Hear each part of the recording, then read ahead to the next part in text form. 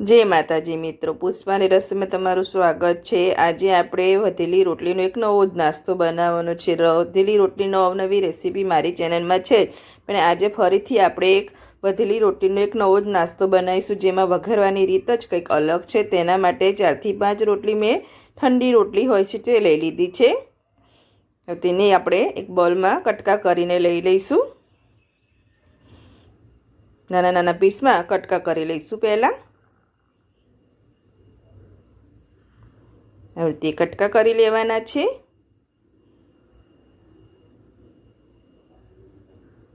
મારી ચેનલમાં વઘારેલી રોટલીના નવી રેસીપીમાં વધેલી રોટલીના ગુલાબજાંબુ છે।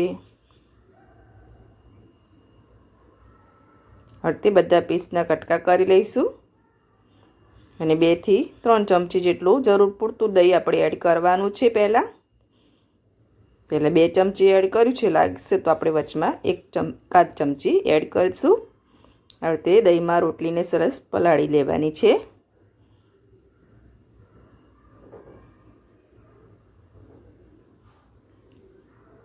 મિક્સ કરી લઈશું।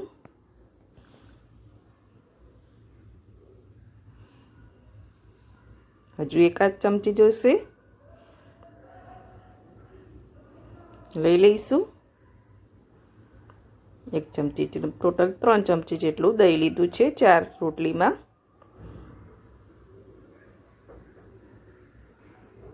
દહીં જ લેવાનું છે, દહીંની જગ્યાએ તમારે છાશ નથી લેવાની।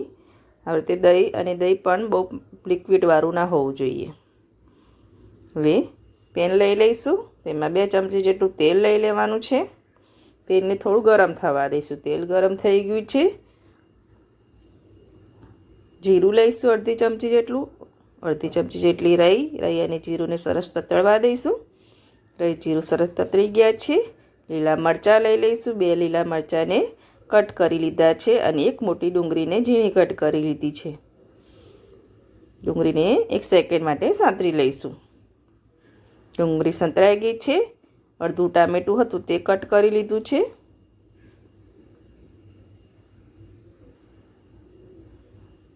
ટામેટું આપણે અડધું જ લેવાનું છે, કેમ કે આપણે દહીં લીધું છે એટલે ટેસ્ટ મુજબ જ આપણે ટામેટું એડ કરીશું। ટામેટું સોફ્ટ થઈ જાય તેના માટે સ્વાદ અનુસાર મીઠું લઈ લઈશું। રોટલીમાં મીઠું છે તે પ્રમાણે જ એડ કરવાનું છે।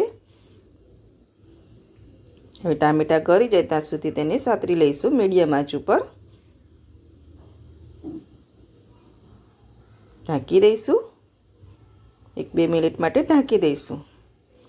2 મિનિટ થઈ ગઈ છે, ચેક કરી લઈશું।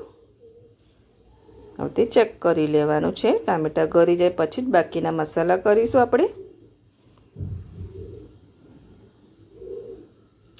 ડુંગળી પણ સોફ્ટ થઈ ગઈ છે અને ટામેટાં પણ સોફ્ટ થઈ ગયા છે।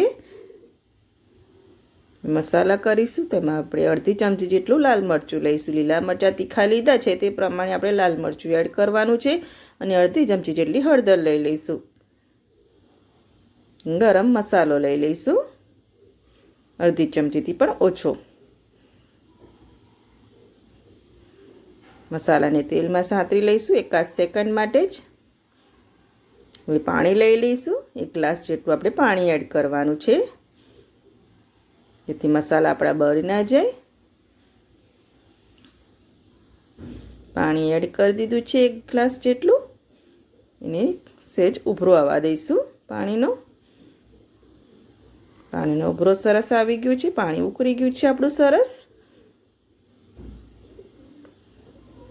હવે આપણે જે રોટલી દહીંમાં પલાળી છે તે એડ કરી દેવાની છે। આંચ હવે મીડિયમ કરી દઈશું। પાણી ઉકળી જાય પછી આંચ મીડિયમ કરી દેવાની છે અને રોટલી એડ કરી દેવાની છે અને સરસ મિક્સ કરી લેવાની છે। આ રીતે મિક્સ કરી લેવાની છે। એકવાર તમે આવી રીતે રોટલી વઘારજો, બહુ જ ટેસ્ટી લાગે છે। મિક્સ કરી લઈશું સરસ।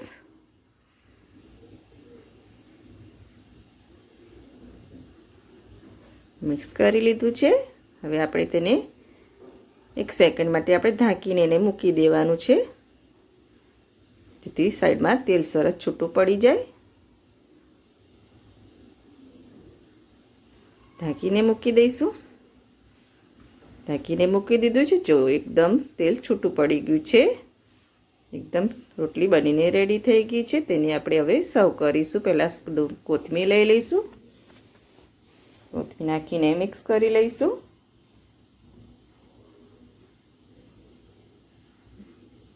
હવે તેને સર્વ કરી દઈશું. સર્વિંગ પ્લેટ પર લઈ લીધી છે. એક નવી જ રીતે વઘારેલી આપણી રોટલી તમે એકવાર જરૂરથી બનાવજો. અને જો તમને મારી આ ફટાફટ બની જતી રેસીપી ગમતી હોય તો મારા વિડીયોને લાઇક કરજો, સબસ્ક્રાઈબ કરજો અને બેલ આઇકન જરૂરથી દબાવજો. એકદમ ટેસ્ટી એવી વધેલી રોટલીનો નાસ્તો છે.